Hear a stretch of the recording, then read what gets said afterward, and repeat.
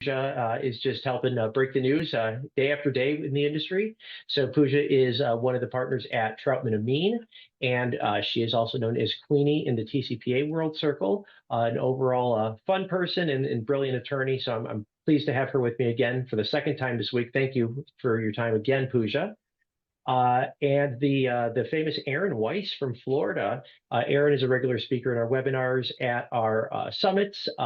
Aaron is a partner at Carlton Fields down in Florida, Miami. Correct, Aaron? Yeah. And Aaron has been following this case actually for a while. What we're going to be talking about today, and I know we use the generic term Hobbs, and we'll get into why that is. But Aaron, a lot of the cases that have been coming up lately, Aaron's like, hey, I'm keeping an eye on this. I'm keeping an eye on this. This is going to happen. I will really want to dissect this with you. And he's really been just focused on this case. And a lot of people in our industry have to be quite honest, because this is one of the most significant decisions I've seen in a very, very long time. And the impact is unknown to an extent, which is very scary. So we'll unpack that. But as we get started, what I'd like to do is, have Aaron share a story he shared with me the other day. We're going to time travel back to 2013. And Aaron, why don't you kind of give us a little bit of a history or a little kickoff here? Yeah. So we've all been operating, those of us who have been in the TCPA for a long time, under the general understanding that the FCC creates the regulations and it's the be all and end all. It's the, like Moses coming down with the commandments, from Mount Sinai and so forth. I was thinking about it this morning. I've been doing these cases since 2009, so about a third of my life. You can almost figure out how old I am, or about a very long part of my career. But back in 2013, Puja's partner, Eric Troutman, who some of you may have heard of, and we had a couple cases together in Florida for a client that neither of us currently represent. And a decision came out in a different case from a different federal judge in Florida, not one of the ones we were involved in. It was Judge Bob Scola from down here. And in that case, that was a debt collection case. The case is called Mays. And in Mays, M-A-I-S, Judge Scola found that the debt collector, who the allegation was provided with the plaintiff's phone number just on a credit application, but not with I agree, you could call me, so forth, what we would think of as a consent form. Judge Scola said that did not constitute express consent as defined in the statute to be called. Now, the problem, of course, is that conflicts with what the FCC said about that as early as 1992 and even very explicitly in 2008. And so that was a big deal. And what Judge Scola said is, I'm a district court judge, I'm paraphrasing a bit, Congress and the president have given me my post. I have life tenure. Why am I bound by this FCC to, construe what the law is? I don't think express consent should be found or can be found by just a provision of a phone number without saying you can call me about the debt. So Judge Scola found that he was not bound by the Hobbs Act. Now, there have been in the Southern District of Florida, where I am, a couple contrary decisions. There had been some case law on this from the Ninth Circuit, the Loper case, but the issue really hadn't gotten a huge treatment at an appellate level until Mays goes up. So that's 2013. And Mays goes up to the 11th Circuit in 2014 and really becomes the first very detailed, again, there were a couple earlier ones, but Mays was really the first very detailed opinion that subsequently gets cited to over and over, basically saying, as I said, the FCC gets the final word on all of this, and we're all bound. So what that has effectively meant for, as long as we've all been doing TCPA cases, with that little blip of the district court Mays case, and a couple very small exceptions, that the FCC's rules have been what guides everybody. as I talked about, for those of you who were at the summit in DC, this is really like fundamentally changing everything. So, we've all been under one system for the last 33 years, and now all of a sudden we're not. So, I brought my props to kind of position everybody. So if you remember, I think what I talked about in April.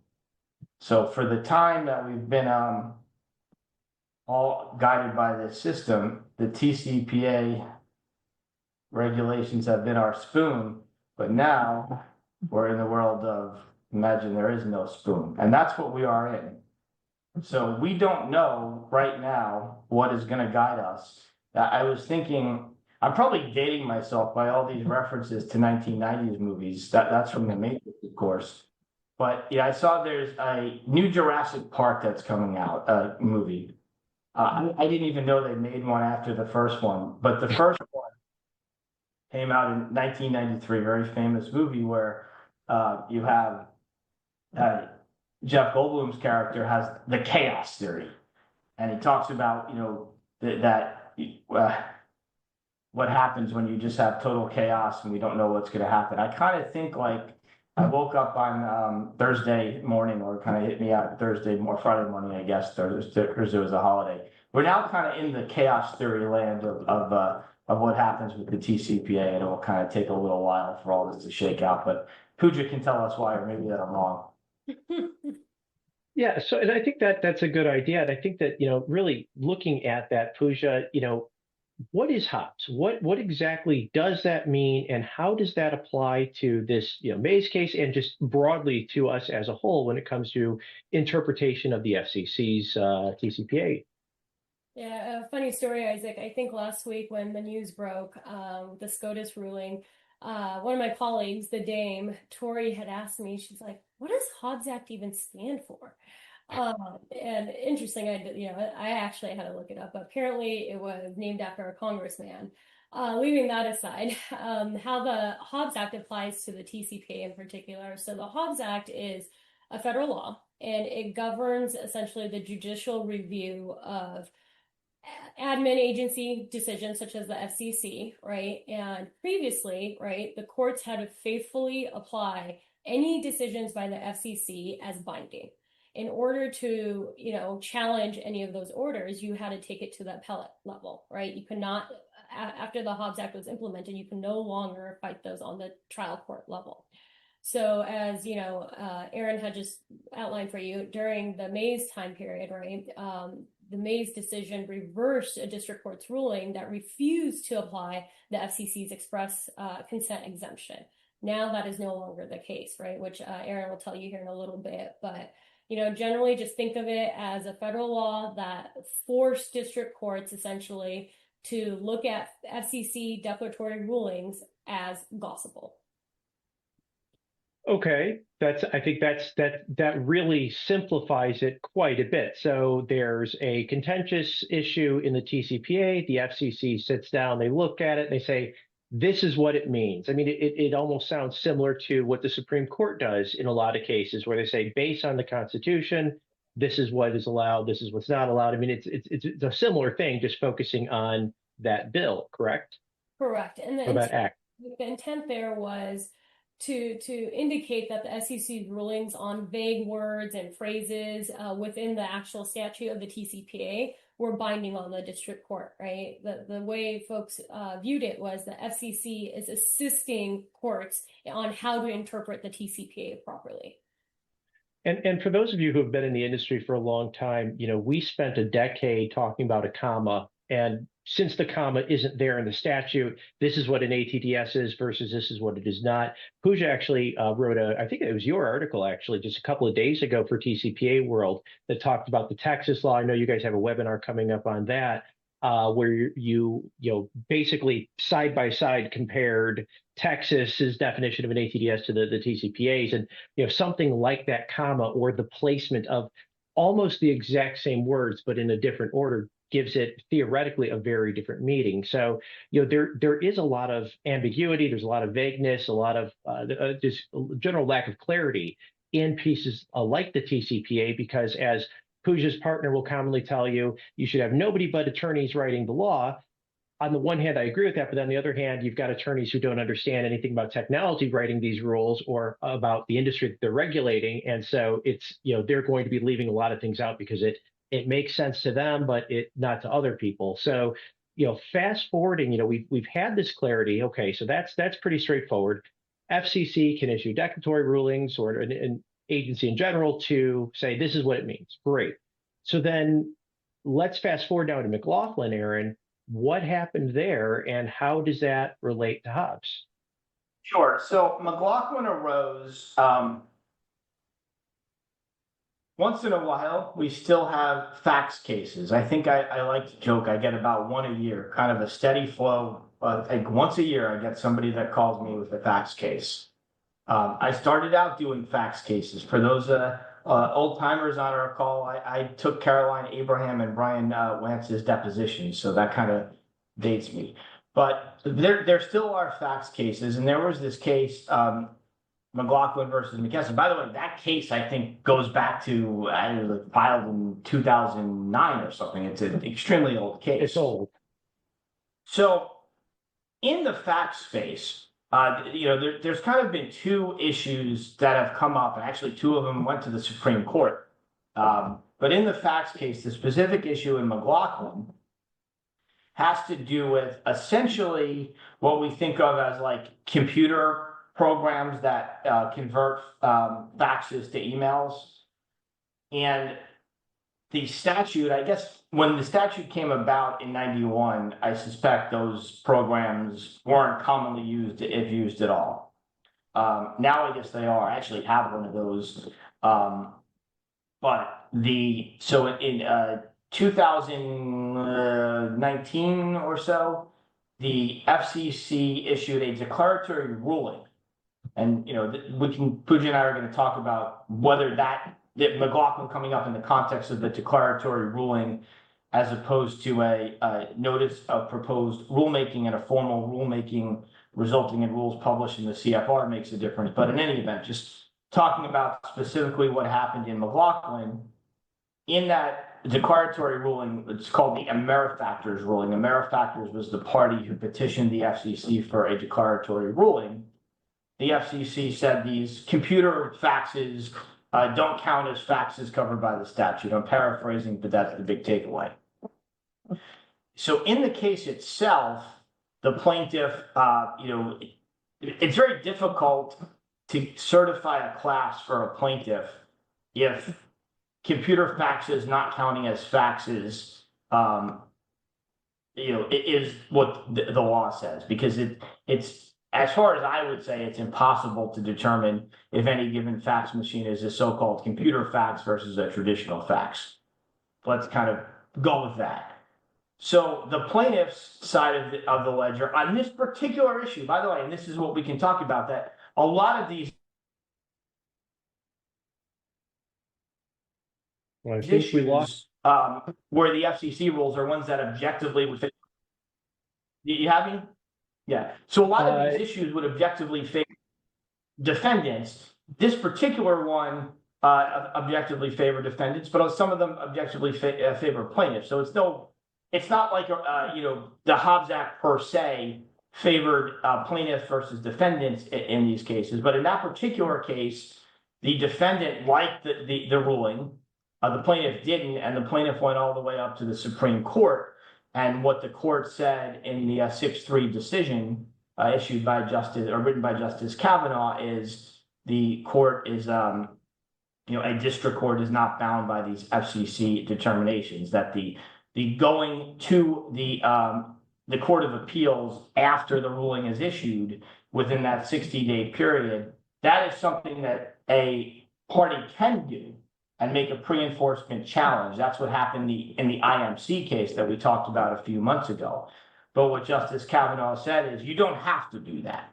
That's an option. But if you don't do that, you could still challenge the rule in what is called a private enforcement action, is the fancy term the Supreme Court calls for all of the cases that, a private plaintiff versus private defendant. So that's kind of the short of it. It was basically the decision ultimately tracked very closely Justice Kavanaugh's concurring opinion in a case called PDR, which was the last time that this issue was before the Supreme Court. What was interesting in that case, that it was also a fax case, but that one had to do with the form of consent that had to be on a fax. And that also comes from an FCC rule. But interestingly enough, in that case, the interests were flipped. So in PDR, the defendant was the one challenging the FCC rule. And I thought it was, the height of where you sit goes by where you stand. If you look at the amicus curiae, the people who filed briefs supporting one side or another in McLaughlin, kind of was exactly the opposite of versus McKesson, which to me is an extremely bad look. It's a shame that the industry interests couldn't get together and come up with a unified position on how they want to land this issue. So that's my soapboxing for the day. No, it's interesting because you take, this news, and it wasn't too long ago that we're all talking about Chevron and what happened there. So, Puja, how would you differentiate the impact of this decision or what this impact means versus, the decision that was made in Chevron?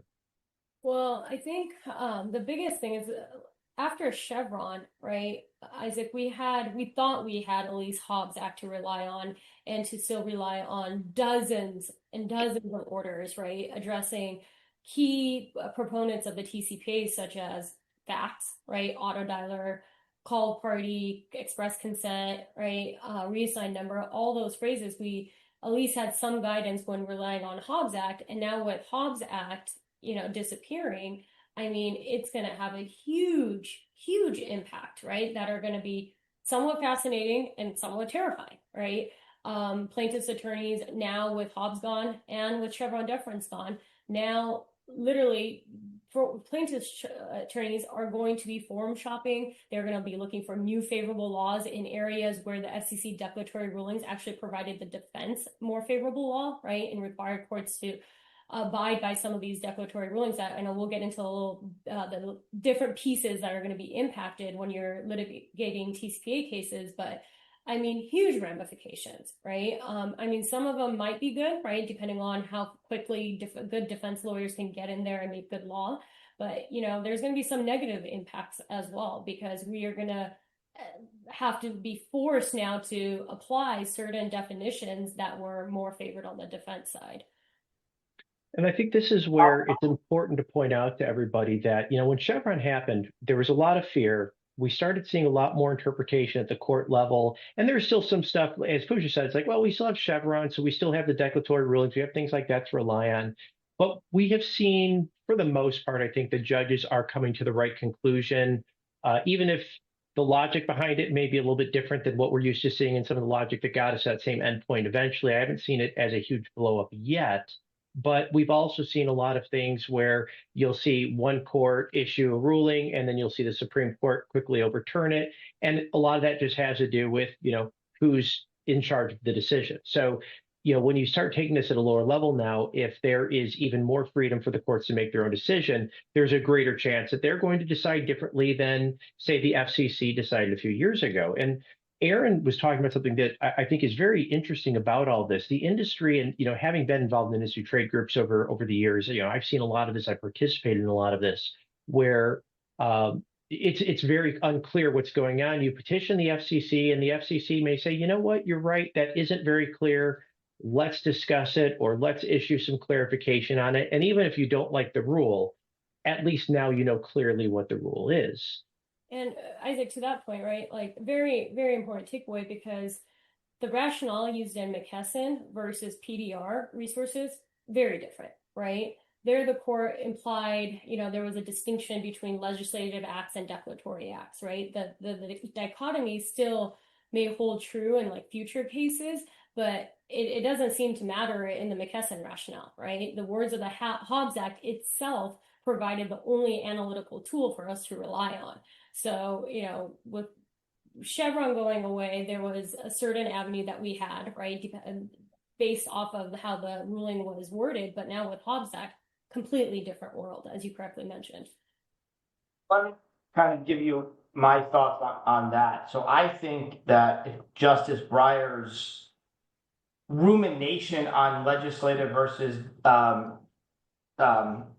interpretive rule. So PDR, as Puja mentioned, that there was a majority opinion. There were 5 justices who joined the majority opinion in PDR. There were 4 on the concurring. They called it a concurrence, really wasn't. But I think what's notable, and I went back and I pulled them up side by side.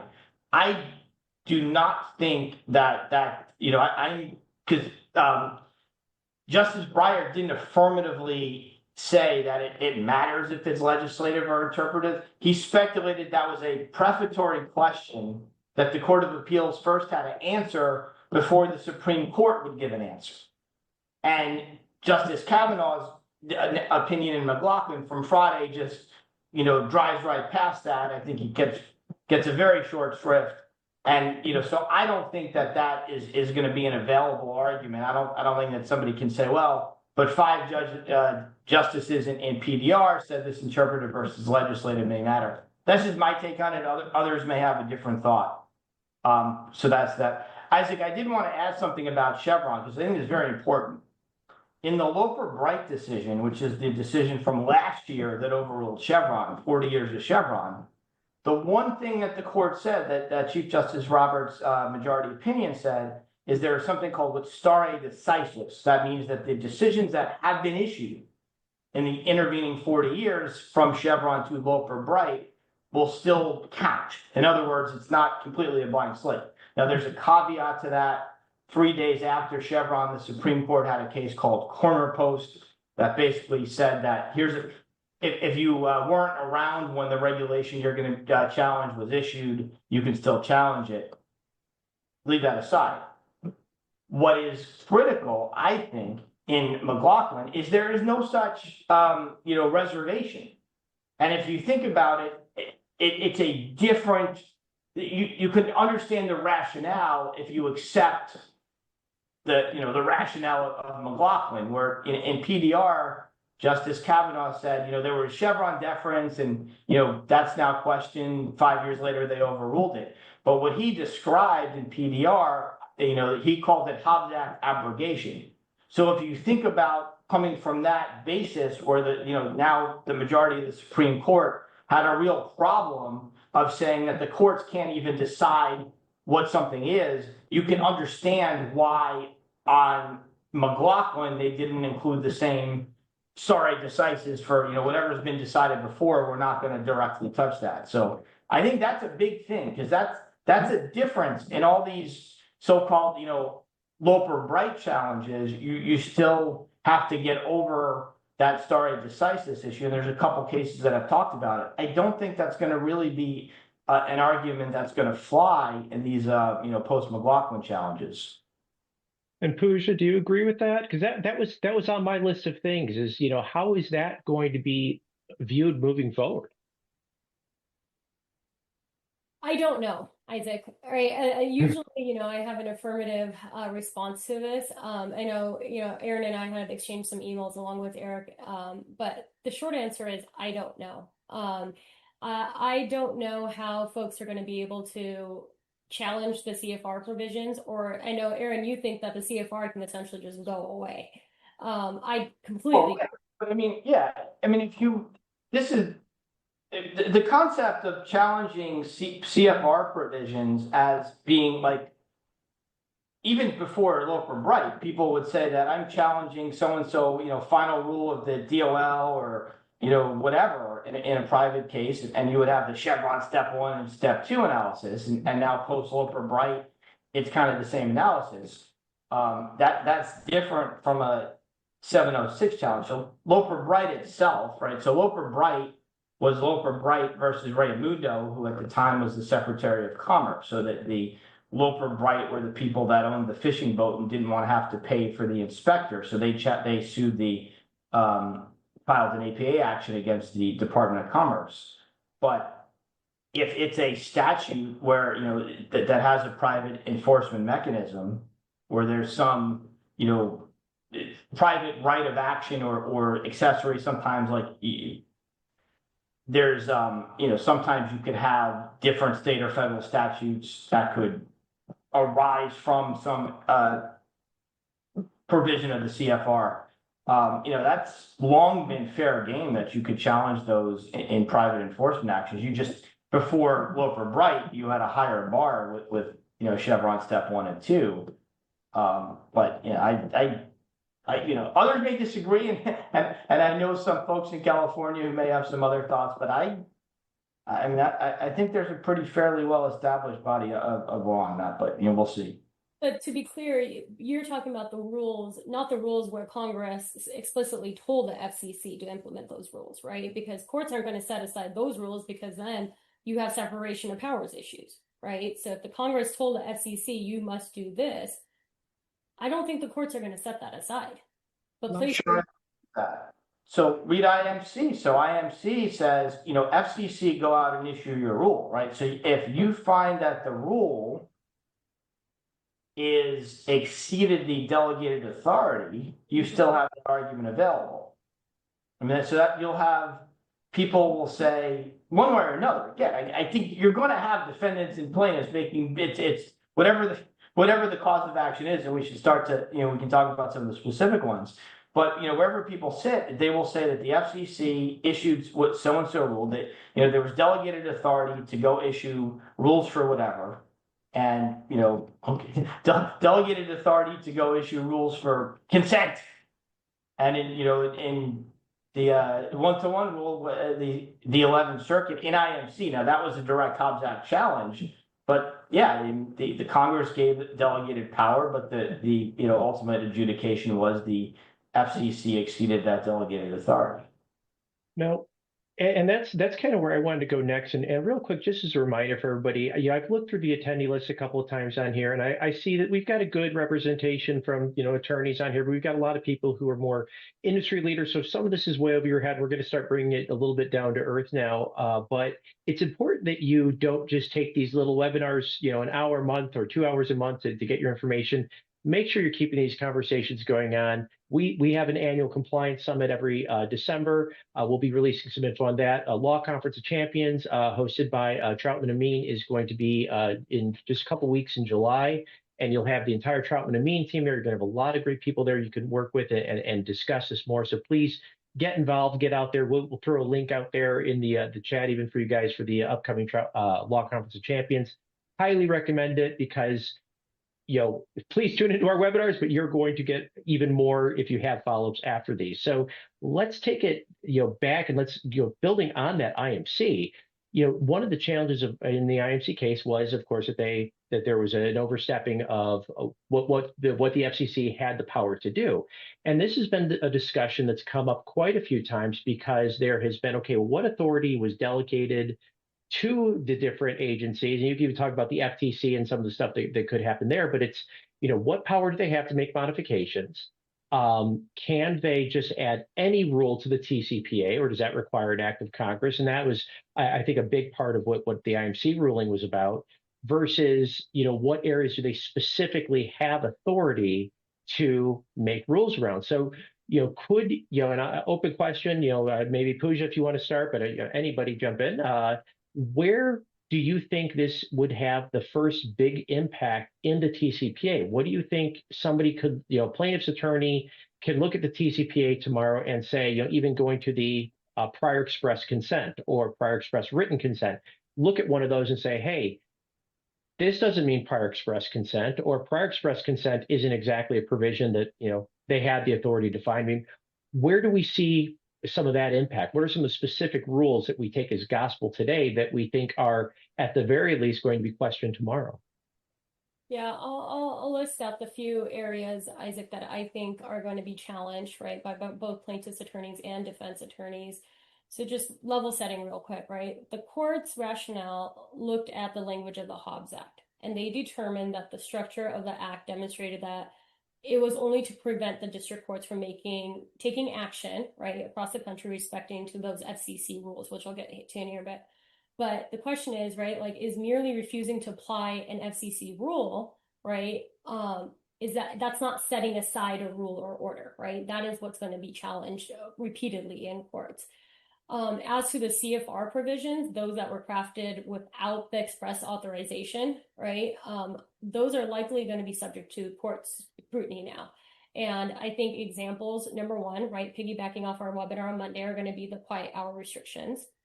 I think the express written consent definition, right? Because if you look at, how it's written, right, the courts have interpreted, as we know, many rulings have gone out what express written consent means.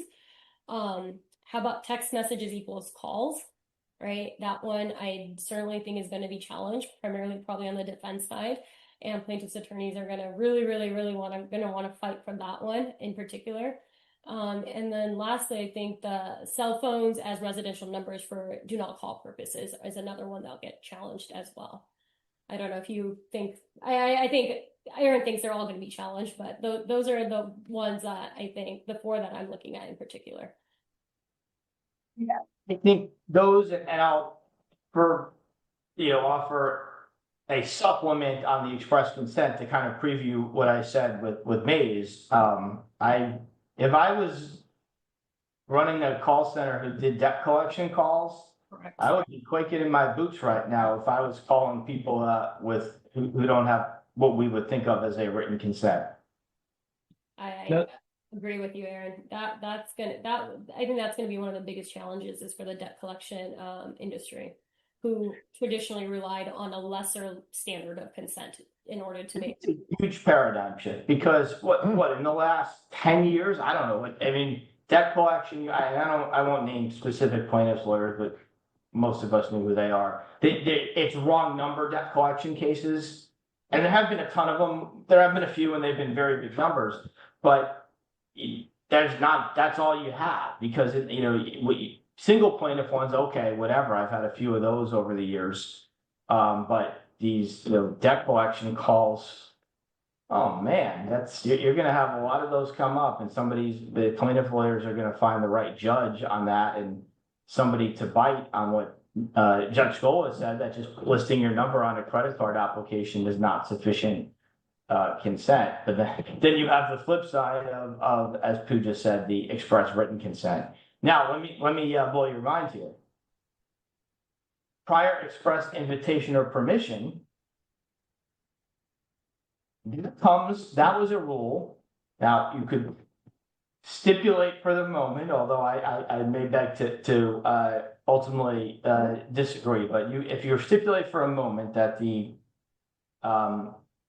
2003 rulemaking, which essentially leads to the national do not call list, was a rulemaking that made available a private cause of action pursuant to a properly delegated grant of authority.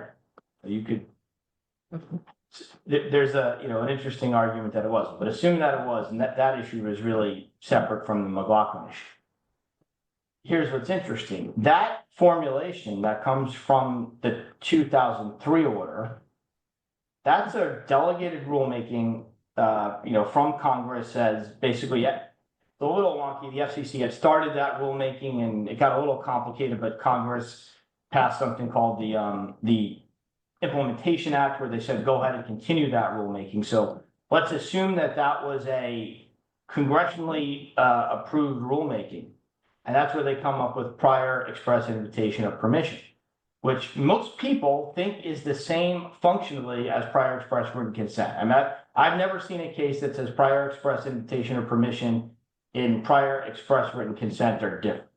And that's pretty much, I think, I don't know where the distinction would lie. What's interesting is one could argue comes from a congressionally delegated rulemaking. Whereas the addition of prior express written is not in the statute. The 11th Circuit all but said in IMC that was, the FCC just adding something that wasn't there, and it got ahead of itself. So you could see a situation where you would need prior express written invitation of permission for do not call type claims. but not for, pre-recordeds and auto dialers to the extent those are still in play. So that's just something that occurred to me. Yeah, and I So think one of the, oh, sorry, go ahead, Isaac. no, go ahead, Puja. That's a huge compliance takeaway, right? Express consent probably just means express consent now, right? You can't assume that numbers provided by an individual is going to be consent for informational calls using regulated technology now, right? It's really interesting because, as Aaron said, the do not call rules, right? If you read the TCPA, the TCPA doesn't say you can't call a number on the DNC, and if you do, then the consumer has a prior right of action. It says that if you violate the FCC's rules around the implementation of the DNC, then you can bring a lawsuit, right? So what does that mean? Does it mean that the court has to apply the FCC going forward? Yeah, that vagueness is where I think a lot of people just try to avoid the whole court cases altogether, and that's where things like, there's some of these that are easy, like the collections and the wrong number things. That's a huge thing. I mean, that goes all the way back to Melody Snopes, and there probably even people were trying it before that, but just heavily targeting phone numbers that have been changed hands, maybe even recently changed hands.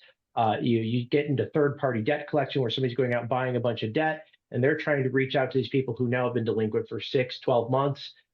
We see, oh gosh, I don't know, 300 plus million phone numbers returned every single year.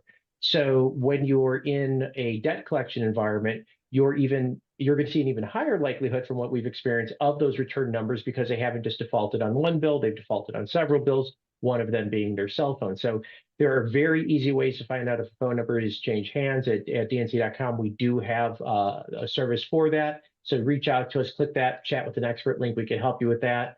And likewise, we've got a litigator scrub. So that's going to be a big part of this, is how this impacts the plaintiff's bar. If you just want to avoid the plaintiff's bar altogether, use that product. It's very well priced, and it will, if it weeds out just one litigator a month, usually it tends to pay for itself. And so to that end, looking at how we could envision this is one of the questions from the audience here, is how this will impact professional plaintiffs. I think, on the one hand, we're thinking, okay, what are they going to try to challenge next that everybody's been relying on? But is there a silver lining in that maybe this is going to take some teeth out of it? And this is all speculation, but I think, Puja, you brought up SMS. That's a great example. When you and I were talking the other day, we're talking about quiet hour violations, and these suits are typically about SMS, and there is a lot of discussion. Well, it's not the same thing as a phone call. So, how will this impact the plaintiff's bar? Well, to start, I think there's going to be a ton of forum shopping, right? And for those, non-attorneys on the webinar here today, that essentially means, right, plaintiffs are going to be very active, and they're going to choose specifically where they decide to bring a lawsuit, right? So you can imagine the states that are extremely liberal, that is where plaintiffs' attorneys are probably going to want to go first. The ones where, I can imagine like the Ninth Circuit, I think the plaintiffs' attorneys are going to be very eager to get in there first to make good law. So what does that mean, right? That means that they're more likely to want to litigate in those states as opposed to easy settlements. You go to the 11th Circuit, especially after IMC, right, out in Florida, I suspect plaintiffs' attorneys are going to still file the lawsuits, but they're going to expect, or they're going to hope for quicker settlements on the onset, right?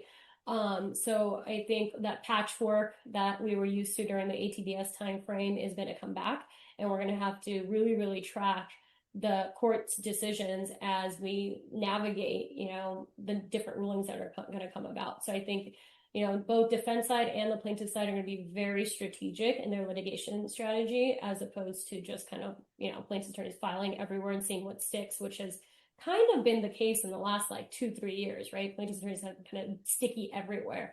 I think that'll change with a more focus on the liberal states. Now, what about declaratory rulings? Obviously, I think it's pretty clear where this decision affects those, but rulemaking proceedings. So there is, the ability for them to go through a rulemaking process. There's a notice of proposed rulemaking that comes out, or NPRM, and they solicit, insight, input opinion, whatever, from the industry, from anybody affected, on either side. And it's a big process, and it's an interesting process because you really get a peek into when they issue their final decision, why they made their decision, what they're looking at, how they're thinking. Are NPRMs or any sort of rulemaking process also dead and any historical rollback, or do we think that that part is still allowed? What do we think the impact is there? I think they're dead. Aaron, you might disagree. I think, I think the avenue to bring them will be available, but with the current state of the FCC, I think they won't be regarded as much as they have been regarded in the past. Let's say check back in 3.5 years, depending in November 28th, but Puja and Eric are closer to the FCC, but I mean, that's kind of more philosophically across the government. I think we're in executive orders lands, and I don't think you're gonna start to see a ton of agency action on a lot of stuff. I think that's more of an across the government thing. So, but we'll see. You never know. I had a question though. Puja, I saw from one of your colleagues, you guys did a very good job about posting kind of different aspects of the statute and landscape that may be affected. I think Blake did something about ATDS. I was a little curious. I don't know if there's much that will change from this on ATDS, but what did you think? I'll be honest, Blake, I apologize. I have not read his article yet, so I don't know what his thoughts are. But I think from an ATDS piece, I think courts have, for the most part, already been using their decision-making authority to interpret the definition of ATDS. So I agree with you on that, Aaron. I think it will remain the same, especially after Facebook. I don't expect to see much movement on that end.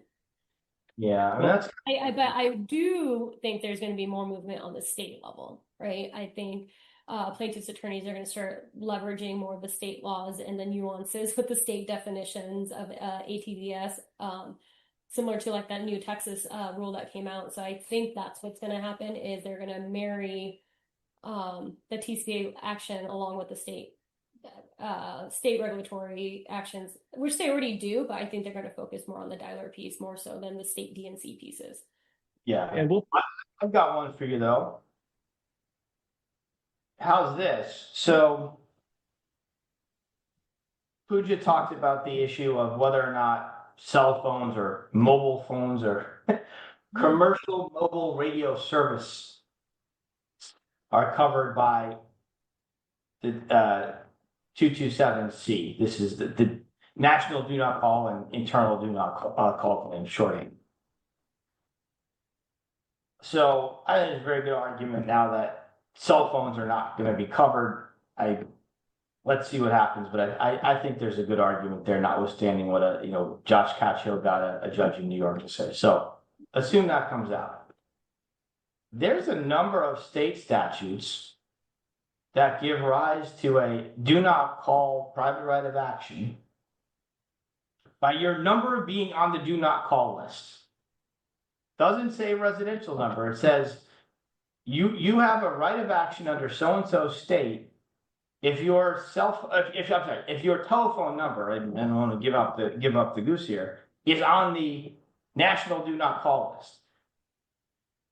What does that mean? Do you have the same residential versus business number for that state law claim, even if ultimately the fact the national do not call list and the right to have the claim only applies to so-called residential and old-fashioned landlines? So that's an interesting one that's bothered me. Well, the use of the word line, and this is where, some of it may come down to the judge and their approach to, how they interpret law, but the word line is a physical cable, something I look, like this. And for those of us that, have some gray in our beard, we remember when that's how everybody talked over the phone. And, now, I look at my cell phone and technically they're SIM cards or eSIMs. So, can it get to that level would be interesting. I also think about things, and this was even a question that came up from the audience. We were talking about checking for number reassignment in the past. one of the big benefits of the federally authorized reassignment database, or supposed benefits, is the safe harbor provision for potentially getting bad data back from the R&D. Now, I am not aware of anybody actually trying to stand on this leg, so I don't know how real it really is. But, what about something like that? Or what about, any sort of, windows on EBR, or the 18-month or the 90-day period, or any of that? Does any of that go away, or is any of that challengeable in this, or do we think that's set in stone? Well, EBR is incorporated into the statute by direct. That's like the one part of the statute that directly takes an FCC rulemaking and specifically says, after the FCC rulemaking goes back and says, that's the definition we want, the one that the FCC says. So EBR, I don't think you're going to have much of a challenge on that. What the others? It depends.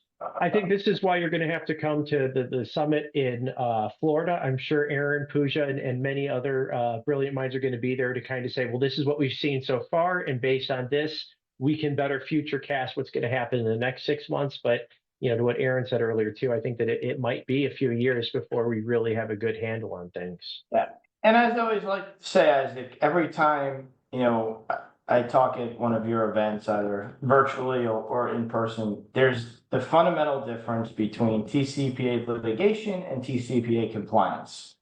If you think that all these good ideas you hear from all these clever lawyers about how you could defend a TCPA action is a good compliance strategy, good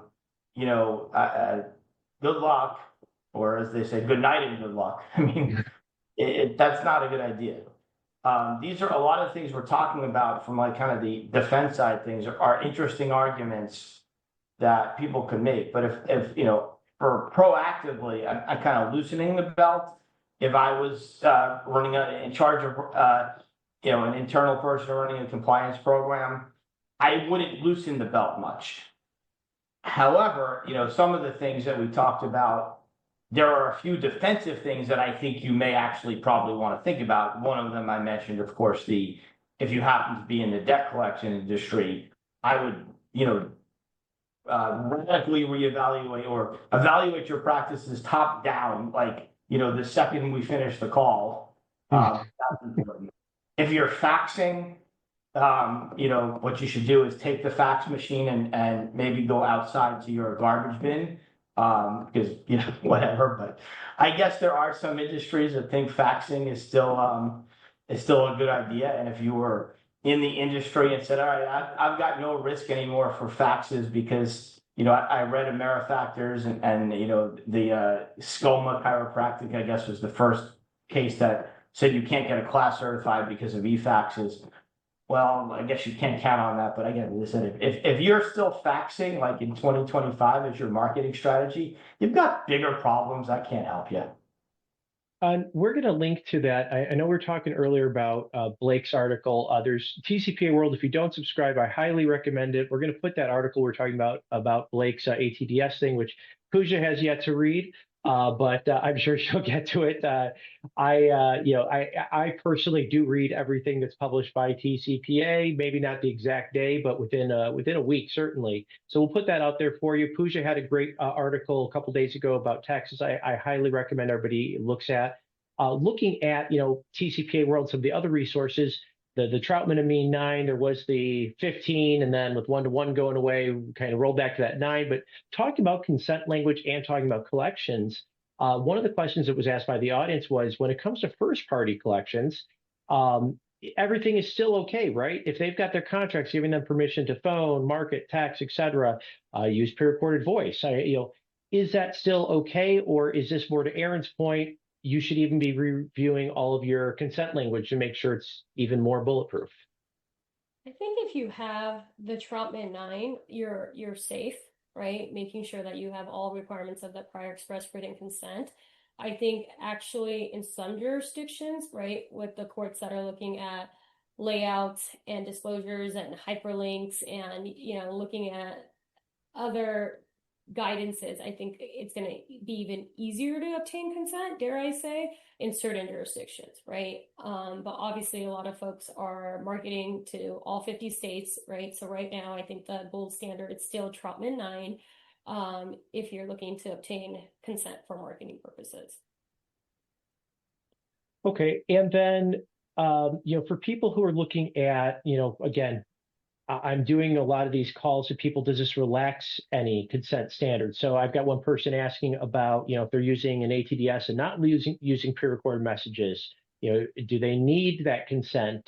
And arguably, if the person's not on the do not call list, then that makes it a lot easier. But let's say they're on the do not call list, but they still want to do a service, not solicitation, but a service type call. Do they have a little bit more freedom to do that now, or do they have less freedom? Is that unaffected? And again, all speculation here. Look, right now, there's no freedom to do anything, right? The freedom is up to the courts in order for them to be able to interpret the law. They have not done that, right? The biggest takeaway, I think, for now, right? I'm sure Isaac and I will have another webinar in 6 months to give you an update on the case law. There's more uncertainty, right? But there are bullet points to defend in litigation. So folks who are currently in litigation, those are the people who want to strategize with their TCPA lawyers, file appropriate motions to dismiss. Definitely don't settle the quiet hour provisions, in my opinion, or not legal advice, right? So from a litigation perspective, we have bullet points, right? We got the armor for now. But it's going to be really interesting to see what courts do in litigation, and we're going to have fractures all over the place, right? I can imagine a heat map coming your way on tcparule.com, so be ready for that. But from a compliance perspective, please just continue to stay buttoned up, right? Get, as Aaron said, if anything, get more buttoned up if you're in certain verticals, but do not look at this as a decision to kind of loosen your compliance standards. Quite the opposite until we have more actual law in place. So we've got about 4 minutes left, and I know there's a few Q&As that we're not going to be able to get to. Please make sure that you are following up after this. All of our contact information is here, so please reach out to any one of us. We'd all welcome more conversation on this. I'm going to give you each minute and a half or so for closing thoughts. So Aaron, you first, and then we'll let Puja have the last word here. Takeaway on what you should do now, I was going to say what she said. Puja, summed it up exactly right. Don't relax anything. And the only, thing is, in certain areas, you may actually have to change your practice. Here's what my biggest takeaway. It's kind of an unusual one, but I've seen a couple people be burned by this. And I know Eric wrote about this. You know what, to me, the biggest risk for TCPA compliance is right now? AI. Because Google AI or whatever AIs are spitting out, nonsense. And I have this concern that what's going to happen is, you're going to have a lot of people on, TCPA world, whatever, my Law 360 articles that they have me do and whatever, people will generate things and people talking about litigation strategies. Google AI does not understand the difference between litigation strategies and compliance, and people are going to do a Google thing, get the AI thing and think that's their compliance plan. And if you do that, you deserve to be sued. Yep, you do not deserve to win. Agree with you, Aaron. It's amazing. I saw the czar playing around with AI the other day and asking it questions. He actually got in a fight with AI. It was quite funny because it was so wrong, right? It always appears to be right, but consult good lawyers. My takeaway, Isaac, is I'm going to do a shameless plug. Attend law conferences of champions because, dare I tell you, the czar is staying quiet. If you notice, he is staying quiet on this Hobbs Act ruling, because the first time he'll be speaking about it on stage will be law conferences of champion. And I know I'm eager to see that because there's so much more interpretations and opinions that are going to come out, and his in particular, I'm really looking forward to it. So if you haven't already registered, I encourage you to register. And then I'm sure Isaac and I will have more webinars as case law continues to come out. So stay tuned. Yeah, Law Conference of Champions. This is the 3rd year now for that conference. This will be my 3rd time going. It is better and better every time. Well, so far, the 2. So number 3, I'm sure, is going to be better. It's a bigger lineup. There's a lot of people already signed up. I think there's still a few tickets left. So I would love to have time to sit down and talk with any of you out there in the audience in person at the event. I know I'm speaking for Puja and her team when say they would welcome the same thing. So please make sure you're getting out there. Please make sure you're following our YouTube channel, subscribe to our LinkedIn. We're going to have a new newsletter program starting soon. We'll be announcing some sneak previews and things like our AI regulations we're adding to our compliance guide in the next month. And then, please connect with Aaron, connect with Puja, follow them on LinkedIn. Make sure you're going to their websites as well and following them. This is the only way you're going to get the absolute latest information and be just up to the date as much as possible on developments. Again, something like this shows that we don't necessarily have clear rules of engagement. So the best we could do right now is watch the industry, react, and do everything you can to keep yourself in a defendable position. So Aaron and Puja, as always, thank you for your time. I value your partnership. I value your friendship, and I look forward to seeing you in person very soon. Thanks, guys. Take care. Have a great day, everybody. Bye. Bye-bye.